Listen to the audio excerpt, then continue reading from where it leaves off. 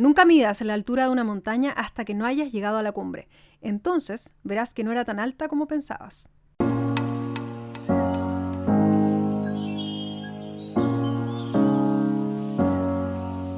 Soy Carolina Fernández y esto es Montaña para Todos.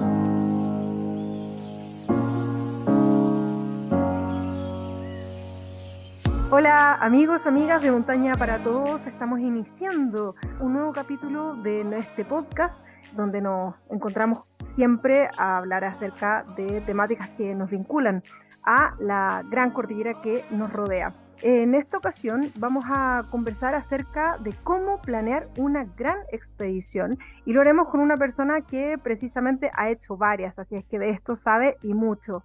Se trata de Luis Díaz, se los quiero presentar, si no es que no lo conocen, es montañista y también guía, director de Calfo Alta Montaña, también es fundador de la Fundación Vive la Cordillera, dedicada al desarrollo, promoción y educación del montañismo y la preservación de los ecosistemas de montaña, y junto a su esposa Daniela Pagliarini tienen un lindo proyecto de subir todas las montañas que superen los 6.500 metros acá en los Andes, así es que muy bienvenido Luis a Montaña para Todos. Hola, Caro, muchas gracias por la invitación y feliz de conversar de lo que nos apasiona. Exactamente, tal cual. Esto nos apasiona y me imagino que para ese gran proyecto que tienen junto a tu pareja es muy necesario planificar. Eso es una parte esencial de ese gran proyecto, de esa gran meta. ¿Por dónde se parte cuando uno se propone ejecutar una gran expedición? Bueno, sí, pues como dices tú, de hecho, la parte más importante de cuando hacemos una expedición es planificar y de hecho es de las cosas que menos se hace. Generalmente es como súper aburrido, tedioso, a veces no tenéis tiempo, entonces muchas personas lo dejan de lado y como dices tú es la parte más importante de esto. Así que, ¿Mm? ¿por dónde partir? Primero, Por sentarse frente al eh, computador, ¿o no? claro, además, pues, exacto, por eso es como la parte más Mm, aburrida, porque mm, claro, como los montañistas estamos acostumbrados justamente a andar más al aire libre, afuera, ¿cachai? En las montañas, entonces como que sentarse frente a un computador a planificar es como fome, entonces, ujú. pero es justamente la parte más importante, como te decía, y por dónde partir es, primero por el objetivo, cuál es el objetivo que nos estamos planteando, qué tan grande es. Una vez que nos planteamos ese objetivo, qué es lo que queremos hacer dentro de las tres cosas que nosotros consideramos lo más importante es, primero, el chequeo médico, que es algo que también se deja mucho de lado. Escuchamos mucho en la montaña cuando conversamos con otros montañistas, con gente que se está dedicando a la montaña, que tú les decís, oye, ¿te has hecho alguna vez un chequeo médico? Te dicen, no, es que yo soy deportista, así que soy sano. Y lo dejan de lado. Y créeme que es súper importante porque ya hemos tenido en nuestra experiencia muchos casos en que justamente te dicen eso, no, yo soy deportista, soy sano, he hecho toda la vida de deporte, así que no lo necesito y se encuentran con grandes sorpresas cuando van al Ujú. médico. Así que partiendo por ahí, segundo, obviamente el entrenamiento, parte fundamental de esto, ojalá guiado por un profesional, porque también a veces lo dejamos como que no, si yo igual entreno y sé cómo, pero en realidad a veces no sabemos mucho y es importante a veces de repente orientarse por un profesional, un preparador físico o algo así que te ayude, porque también va de la mano con el objetivo, o sea, dependiendo de qué tan grande es, vemos cuál es el tipo de entrenamiento, manejar ahí un equilibrio entre el trabajo aeróbico, la fuerza, que es lo que necesitamos en este caso para la alta montaña, y también cuidarnos del sobreentrenamiento, que justamente es parte de Mm. cuando uno no sabe mucho de esto. Sobreentrenarse también puede ser perjudicial justamente para el logro del objetivo, entonces hay que tener ojo ahí. Y como tercer punto de partida importante, la alimentación. Y ojalá también hacerlo de la mano con un profesional, con un nutricionista deportivo, alguien que sepa esto, porque justamente es fundamental en la parte previa, durante la expedición y después de la expedición. Ujú. Que eso yo creo que es como para partir. Sí, esa es la base y está bueno segmentarlo en estos tres grandes grupos. Y yo he Ujú. escuchado al menos, no sé, desde gente que de un año para otro, a través de un chat, de un simple WhatsApp, digamos, tiran como la primera idea, ¿no? Así como, oye, ¿y si hacemos esto, digamos? O, oye, ¿y si el otro año o en 2 años más hacemos la Concagua? Entonces, a lo que quiero ir es cuánto tiempo antes uno debería empezar a soñar, ¿cierto? Porque primer paso, diría yo, es como viene en el pensamiento, el proponerse, digamos, un gran objetivo por delante. ¿Cuánto tiempo antes uno podría empezar o debería empezar como a aterrizar todas las cosas como para prepararlo? Ahí, bueno, ahí tú das en el punto también, porque eso también es una respuesta que va de la mano con el objetivo que nos planteamos justamente, como dices tú, Denali, Concagua, Ojos del Salado, en el caso de la Malta de Chile. Idealmente, para una expedición de alta montaña, mínimo deberían ser 6 meses, para tener tiempo, para justamente entrenar, prepararte la alimentación, preparar también la parte técnica, que es súper importante, porque sabemos que muchos de estas cumbres en la cordillera de los Andes, algunas tienen cruces de glaciar, otras Mm. tienen, muchas rutas tienen cruces de río, entonces también tenemos que preparar esa parte, si no tenemos mucha experiencia, que nos dé el tiempo, por ejemplo, para tomar un curso, si es que es necesario. Nos movemos en un ambiente de zonas remotas, ¿cierto? Donde no hay nada cerca, no tenemos comunicación, entonces también quizá un curso de primer auxilio, que también es súper importante para este tipo de expediciones. Yo creo que por lo menos 6 meses para mejorar tanto la parte física, técnica, preparación, alimentación, médica, por ahí va, yo creo un mínimo 6 meses. Ujú. Y en cuanto al chequeo médico, ¿debería ser el primer paso? Así como, ok, para ver como dónde estoy. Exacto. O sea, es lo que nosotros recomendamos, por lo menos. Nos pasa mucho eso, que la gente te dice, no, yo soy deportista, así que estoy sano, pero se encuentra con grandes sorpresas. Entonces, yo creo que lo primero es ir al médico, a algún especialista en el deporte, ojalá, y empezar por ahí, que te hagan un chequeo completo de cómo está en todos tus niveles, ya sea tanto físico como también fisiológico, y partir por ahí. Yo creo que eso es lo principal. Y no dejar de lado lo mental, ¿no? Porque esto es un ascenso también, si O son sea, ascensos duros, digamos, la parte de la cabeza va a jugar un rol súper importante. exacto. Sí, por la parte psicológica obviamente no se deja de lado y eso también se va trabajando con la experiencia, con subir cerros, con exponerte a la altitud, en este caso si es una expedición de alta montaña. Mm. Todo eso lo vas trabajando ahí por el terreno, subiendo cerros, como se debe hacer. Luis, y respecto al grupo, yo te ponía el caso de tirar una idea en un WhatsApp, por ejemplo, o de repente que se te ocurra subiendo con tu cordada un cerro en puntual y ves otro, digamos, o ves el Aconcagua a distancia, que ya que puse ese ejemplo, y dices, oh, ¿sabes qué? El próximo objetivo lo quiero poner allá. ¿Qué tan importante es el grupo que uno elige como para empezar ya esta planificación?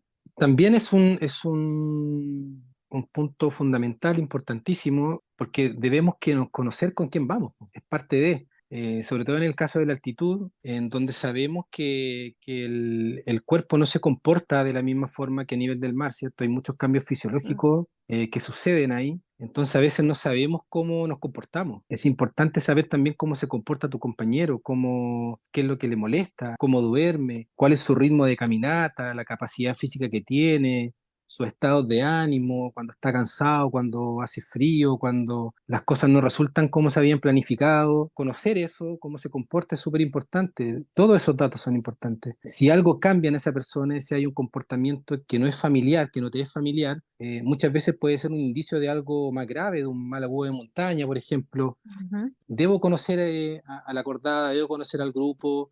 Eso también hace que el trabajo en equipo sea más fluido, más dinámico, que haya confianza, que ese trabajo, ese conocimiento del otro, muchas veces afloran las fortalezas, las debilidades, también se van dando los liderazgos naturalmente. Entonces eso ayuda incluso a la distribución de roles, por ejemplo, que, Ujú. que sea más natural. Así que claro que es importante conocer con quién vas. Y en cuanto a la cantidad de personas, Luis, las cordadas más habituales son cordadas de a dos, de tres personas, pero ya si hablamos de una expedición más larga, ¿cuánto se recomienda como una cordada, comillas, ideal?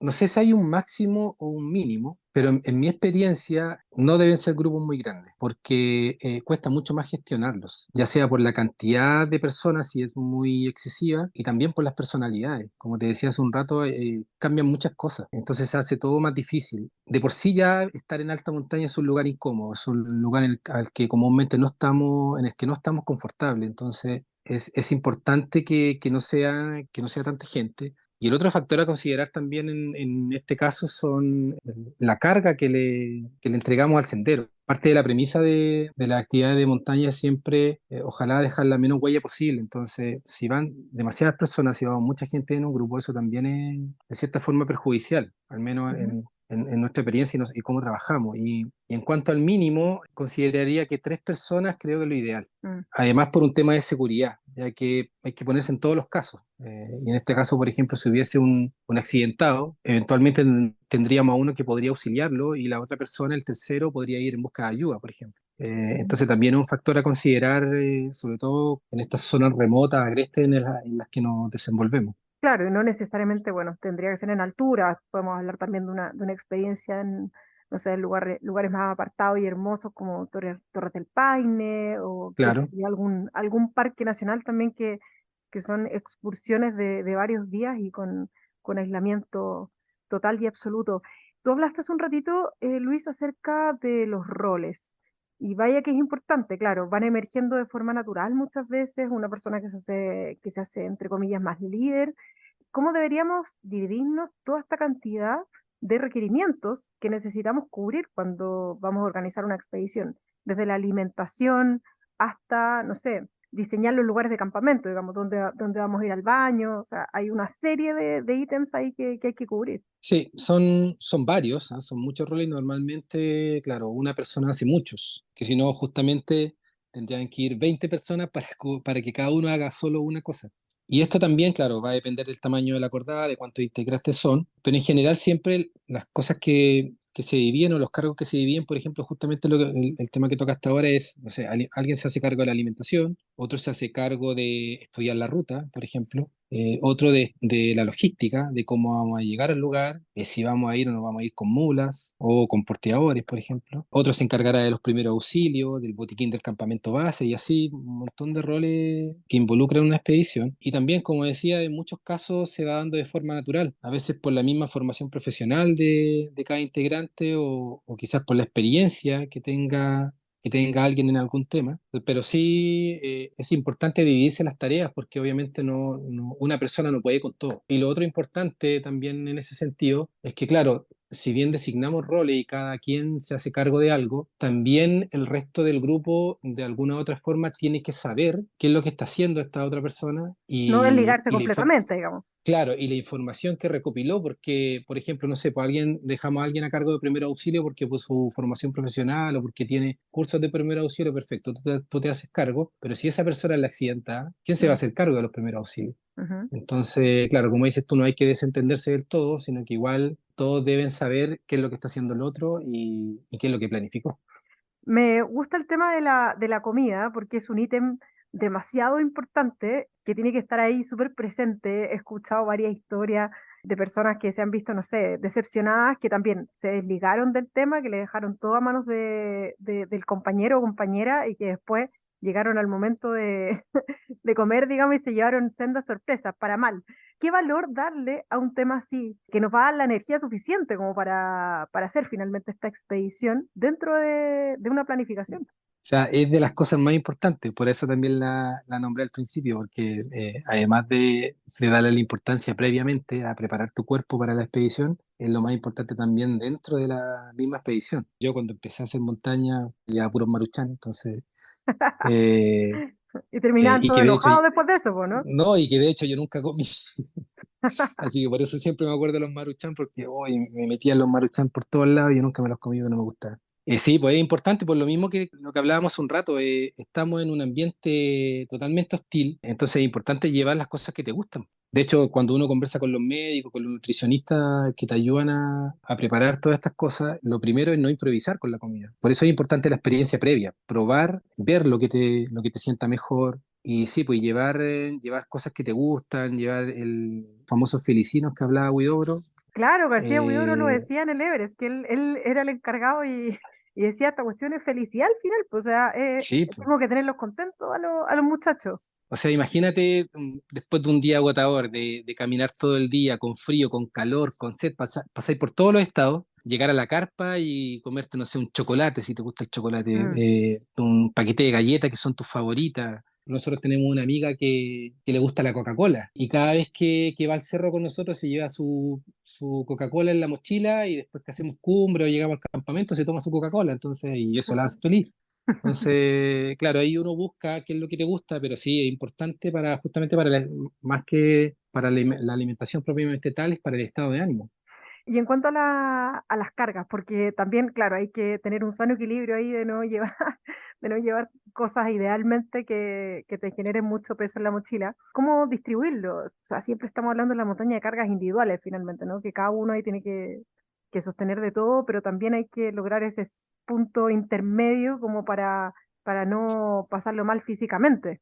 Sí, pues ese es un súper tema. También como que no hay un absoluto. Va a depender mucho de cuántos días de expedición sean, pero en general yo creo que eso te lo va dando la experiencia. Esa respuesta te la va dando la experiencia. Ujú. Finalmente es un ensayo y error. Por eso cuando uno se aventura en un proyecto como una expedición de varios días, es importante salir al cerro, acampar, llevar el peso de tu equipo, tu comida, tu ropa. Con cada salida de fin de semana, de campamento, vas viendo qué te acomoda más, qué realmente ocupaste y qué no, qué comiste y qué no. Y naturalmente vas desarrollando ese conocimiento para llevar cosas que no son necesarias. Ahora también hay cosas en el mercado que te van ayudando, ropa técnica más liviana, la comida deshidratada, liofilizada, pero todo es parte de lo que tienes que experimentar para llegar a un cálculo final de qué es lo que realmente necesitas. Y en tu caso particular, ¿cuáles fueron los principales aprendizajes que te dejaron esa primera salida? De partida, cómo empezar a planificarla. También, obviamente, qué es lo que hay que llevar. Yo al principio, yo cuando empecé a hacer los primeros cerros de alta montaña, andaba con una mochila de 100 litros, imagínate, Wow. llena hasta arriba. Yo hasta ahora me pregunto qué es lo que lleva. Y claro, y generalmente como que uno va preparado para todo. Entonces, no sé, pues llevaba 3 mudas de ropa para cambiarme en la noche para dormir. Y al final tú después te das cuenta que esas cuestiones no ocupáis nada. Yo al principio me cambiaba, claro, expediciones de 8 o 10 días, me cambiaba 2, 3 veces de ropa en esos 8 días y ahora no me cambio ninguna. O sea, con suerte me cambio los calzoncillos. Eh, Porque uno se va dando cuenta que en realidad todo gramo más suma, po. Mientras más liviano vayas, mejor, pues, y en realidad prefieres cargarte con peso con algo que realmente vas a ocupar y que es realmente necesario también. Entonces, por eso te decía que la experiencia te va dando eso. ¿Y Como ahora que con ahora uno cuántos va más litros subes? no, ahora ando con una mochila de 60 40 litros menos. Y me alcanza todo. Y también todos esos pequeños detalles te ayudan a disfrutar más también la montaña, no solamente ir a sufrir. Por eso yo creo que en general eso es lo que me ha dejado esa experiencia. Me ha ido fortaleciendo, te va fortaleciendo mentalmente y te va haciendo disfrutar un poco más de esto para que sea duradero también, no sea una cuestión de un par de años nomás y después dedicarte a otra cosa. Y en cuanto, Luis, a ver, la montaña dentro de las enseñanzas que nos puede dejar es aprender a soltar el control, a ser más flexibles en general, digamos, porque todo es muy impredecible en esos ambientes. Precisamente, ¿qué tan flexibles tenemos que ser en cuanto a las fechas? ¿Por qué? Porque uno muchas veces se prepara y puede comprar pasajes inclusive para determinado sector, pero cuando la montaña dice no, es no, digamos. Y me refiero a principalmente al clima, al tiempo, si es que viene una tormenta o bueno, viento blanco, lo que sea, tenemos que echar pie atrás. Entonces, ¿qué tan flexible debo ser en cuanto a, a las fechas? Sí, también es bien importante ese punto. Bueno, como decías tú, no debemos olvidar que el clima en la montaña es súper cambiante y por eso uno dentro de la planificación también elige, de acuerdo a toda la información que uno va recabando, elige cuál es la mejor fecha para ir a determinado cerro, ¿cierto? Entonces, esa es una forma también de minimizar ese riesgo. Ujú. Partiendo por ahí. Todas las montañas siempre tienen como su mejor fecha, pero como te decía, claro, no es un absoluto porque igual es cambiante, pero en general el modelo predictivo en ese sentido y de la historia, del clima, del lugar y todo, funciona bien, si lo haces bien. Y hay hartas páginas también que te ayudan en eso, como Andes Handbook, por ejemplo, una muy buena página para ver qué fecha es la mejor fecha para ir a determinado cerro. Y también las Eh, rutas. Bueno, The Handbook te enseña ahí ruta normal, Además, po, rutas no, alternativas. es una página Ujú. que recomiendo harto. Y claro, y además, como te decía, de toda la información que uno puede recabar de la historia del clima del lugar, con la gente del lugar también, que sabe mucho de cómo se comporta ahí el clima. Y perdona, y Y también conversando con otras personas que hayan ido, ¿no? además, po, además del, bueno, eso es parte, como te decía, de toda la pega, de toda la planificación previa. Buscar páginas de internet, conversar con gente que ya ha hecho el cerro, en qué momento lo hizo y cómo fue, conversar con la gente del lugar, los lugareños, los guías locales, y ahí uno va sacando sus propias conclusiones. Entonces, claro, es un factor importante a considerar el ser más flexible. La cordillera está llena de microclimas, entonces a veces igual es difícil predecir eso. Así que en base a nuestra experiencia siempre debemos considerar por lo menos 2 a 3 días más que nuestras expediciones para no tener que suspender un intento de cumbre, por ejemplo, lo que decías tú, por una tormenta o algo así, para no perder todo el trabajo hecho, porque claro, si vas con los días justos y justo el día de cumbre que tenías planificado no la puedes hacer, te vaya a devolver y vaya a perder todo lo que hiciste. Entonces, Mm. hay que ser flexible y considerar por lo menos 2 o 3 días más. Sí, yo creo que ese es re buen consejo pensando que claro, que largas expediciones involucran también mucho dinero muchas veces. Claro, pues. No No, solo en trabajo, equipamiento, entrenamiento, pasaje, dinero, claro. sí, no, hay muchas cosas, muchas Es que eso, variables ahí involucradas. claro, porque al final eso termina siendo relevante porque si tienes todo eso en mente, digamos, en el momento de tomar la decisión, voy mañana igual, subo igual porque no tengo otro día y al final tomas el riesgo, un riesgo innecesario, por cierto, y puede terminar mal. Eso como que creo que ahí hay un llamado a atención bien importante. Exacto, es parte justamente de la planificación y de la gestión de riesgo que se Ujú. hace antes de. ¿Para qué vas a correr ese riesgo? Ahora, si lo quieres correr, bueno, atenta a las consecuencias, ¿no? Y así muchas veces como pasan los accidentes, igual. Entonces, para no cometer ese error y no correr ese riesgo y minimizarlo, claro, es mejor llevar 2 o 3 días más de holgura y lograr el objetivo bajo las mejores condiciones. Y pongámonos en el caso, ya, una expedición al norte versus, no sé, del Ojo del Salado, por ejemplo, versus una expedición a Diente de Navarino. Son bastante distintas, o Ujú. algún glaciar, digamos, son muy distintas en términos de clima, por supuesto. ¿Cuánto incide en esta planificación de una expedición a sectores tan opuestos la zona, pensando en la zona donde yo voy? No varía mucho tu planificación en el sentido de ser flexible con los días, por ejemplo. Si bien son climas distintos y son zonas distintas, pasa el mismo fenómeno del que conversábamos recién, pues de estos microclimas. Puede ser, por ejemplo, un navarino, que también lo hemos hecho varias veces. Sí, pues cambia el clima todos los días. En un momento estáis caminando, te llueve una hora, para la lluvia y después sale el sol. Es súper cambiante y para eso tenéis que ir preparado para todo. Es muy parecido al clima del Torre del Paine, por ejemplo. Y en el caso del norte de Ojo del Salado es lo mismo, o sea, el pronóstico puede decir que va a tener 7, 8 días súper buenos y al tercer, cuarto día aparece una tormenta, un día, 2 días nevando y ahí ya retrasaste todo. Entonces, en general, igual tenéis que ir preparado con esa flexibilidad para poder modificar tu itinerario. Luis, y respecto de los sistemas de comunicación en zonas aisladas y durante, no sé, muchos días, en algunos casos un mes, 2 semanas, ¿cuáles son los sistemas más óptimos como para poder estar ahí en contacto en caso de una emergencia? O sea, antes era más difícil porque existía solo el teléfono satelital, ¿cierto? Y era un sistema súper caro y de hecho, aunque han bajado harto los precios, sigue siendo aún caro tenerlo y llevarlo, arrendarlo, incluso hasta comprarlo ya ahí está mucho más caro también. Pero ahora hay mucha más opción, están los famosos InReach, estos dispositivos de comunicación satelital, pero a través de mensajería de texto o de correo electrónico, que ayudan harto. Si nosotros usamos uno que se llama Spot y funciona súper bien, pero siempre hay que andarlo trayendo. Parte de la gestión del riesgo y de crear un protocolo de emergencia en caso de que te pase algo y con quién te va a comunicar primero, qué va a hacer esa persona en caso del tipo de accidente que haya sucedido o algo. Todo eso tiene que estar conversado previamente y coordinado previamente con alguien. Pero sí, siempre hay que andar con algún dispositivo que te mantenga conectado con la ciudad de alguna forma. Ujú. Cuando tú mencionas esos días donde hay tormenta, por ejemplo, o días de descanso, que también es válido, digamos, dentro de una expedición larga, bueno, ¿qué hacer? Porque si estás en un ambiente nevado, estás dentro de la carpa, el día pasa bastante lento. Y para allá quiero dirigir mi pregunta. ¿Qué tan relevante es llevar algunos elementos como más distractivos y que pueden asimilar una carga innecesaria, pero a la vez que te ayudan en esos momentos de ocio o como para compartir con el resto del grupo? O sea, también es fundamental, como dices tú, a veces son largas jornadas donde no te puedes mover, estás encerrado dentro de la carpa sin hacer nada. Y claro, ahí tenéis que tener algo para matar ese tiempo. Y claro, y ahí también tenéis que considerar lo que dices tú, que es el peso, dependiendo de cómo estás moviendo tu equipo. Ahora es más fácil, obviamente, no sé, pues, pensando en un Ojos del Salado, en que la mayor parte te mueve en auto. Entonces, claro, ahí podéis llevar un montón de cosas si queréis, total, va todo cargado arriba del auto, no lo estáis cargando todo en la mochila. Pero si no, claro, no sé, pues música, por ejemplo, si a alguien le gusta la música en tu celular es mucho más fácil. Obviamente siempre respetando al resto del grupo y a la fauna del lugar, usando audífonos, ¿cierto? No con parlantes ni nada de eso, por lo menos yo no comparto ese estilo de estar escuchando música en la montaña, así que ojalá siempre con audífonos.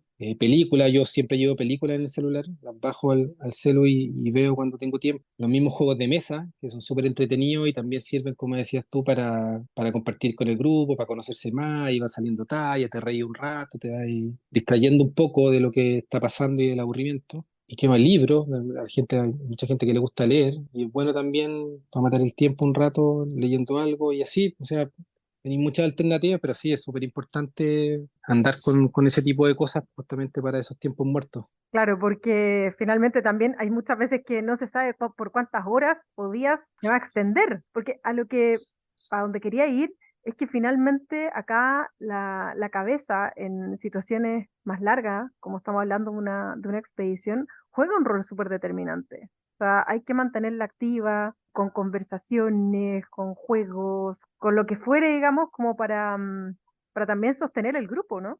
Sí, justamente. Bueno, lo conversamos al principio, la parte psicológica. Es muy importante, como dices tú, para mantener el ánimo, para mantener el grupo arriba, para conversar, para conocerse un poco más. Y es parte de lo que hablamos también en un principio del conocimiento de la acordada. Esas instancias también sirven para ir viendo los estados de ánimo, ¿cierto? Cómo van cambiando. Si vemos a alguien que está más desanimado que otro, atacar al tiro ese problema y ver de qué forma lo podemos sacar de ahí. Todas esas instancias sirven justamente para eso, para mantener la moral arriba, no desmoralizarse y seguir con el objetivo, seguir ahí fuerte con el objetivo hasta que se dé. Sí, es importante ahí mantenerlo a todos más o menos en el mismo nivel, al grupo, digamos, no Exacto. solamente físico, sino que también mentalmente. Bueno, Luis, en el fondo, lo importante acá es que uno comienza entre cuatro paredes y termina al aire libre, teniendo todo clarito, los roles, el grupo que va a ir con uno, digamos, como para que todo salga relativamente según lo que teníamos estimado, porque en general hay imprevistos que siempre van surgiendo. Sí, bueno, siempre pasan cosas. Es muy difícil que todo salga de acuerdo de planificado. Lo importante es que esas cosas que suceden estén, entre comillas, dentro de lo que podría suceder justamente y que sea algo que lo tenían contemplado y que no vaya a terminar en algo que pueda ser un accidente fatal o algo así. Entonces, eso también es parte de la gestión del riesgo que tenemos que hacer, de minimizar de cierta forma posible peligro o las cosas más complicadas y de que ojalá no sucedan. Así que también es parte del trabajo, para que no nos pille de sorpresa. Claro, no, si nosotros acá también tenemos capítulos de gestión de riesgo, digamos, de Ujú. alimentación, así es que ahí la gente si quiere complementar las distintas temáticas lo puede hacer perfectamente oyendo algún otro episodio. Pero bueno, porque al final una expedición contempla todo, digamos, lo que nosotros hacemos para una salida, a diferencia que esto es por muchos días.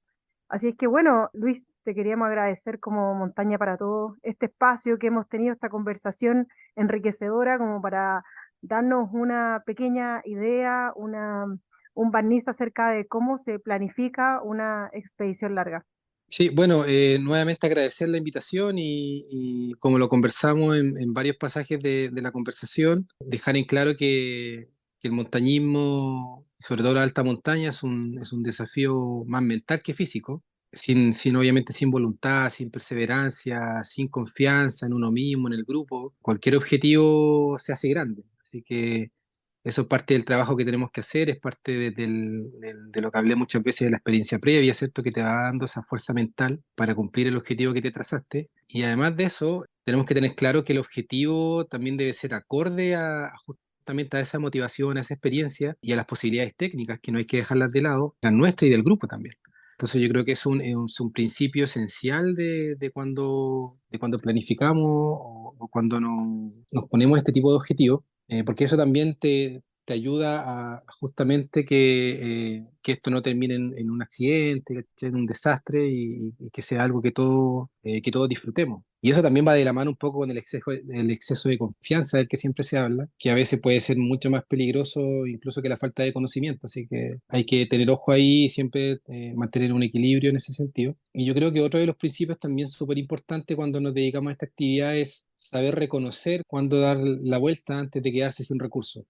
Recuerden que, como decimos muchas veces en la montaña, cuando nos cruzamos con otros montañistas, la verdadera cumbre es volver sano y salvo a casa. Así que Mm. eso siempre hay que tenerlo presente, siempre tener presente que hay gente que nos está esperando en la casa, a que tú vuelvas, así que eso nunca hay que olvidarlo. Y que la montaña va a seguir ahí. Eso también es Exactamente, otra la vez montaña está ahí, la... no, no se va a mover. Sí, y nosotros somos seres finitos y que somos simples mortales, digamos, visitando un espacio hermoso, pero siempre hacerlo con el respeto y con la debida planificación que eso amerita. Así que bueno, con estos Exactamente, consejos, Luis, yo creo que queda clarito ahí todo el concepto de una planificación, sobre todo de una expedición de más largo aliento. Las gracias nuevamente para ti y para también a todos los que nos escuchan regularmente. Nos pueden ahí poner like dentro de Spotify, nos pueden dar seguir también en las redes sociales, en el Instagram montanaparatodos.cl, también en el correo electrónico que es la misma dirección y le suman @gmail.com. Recibimos de todo tipo, comentarios, también propuestas de nuevas temáticas y, por supuesto, preguntas que puedan tener acerca de este y otros temas. Un abrazo para todos y esperamos que les haya sido de súper utilidad este episodio. Chao, chao.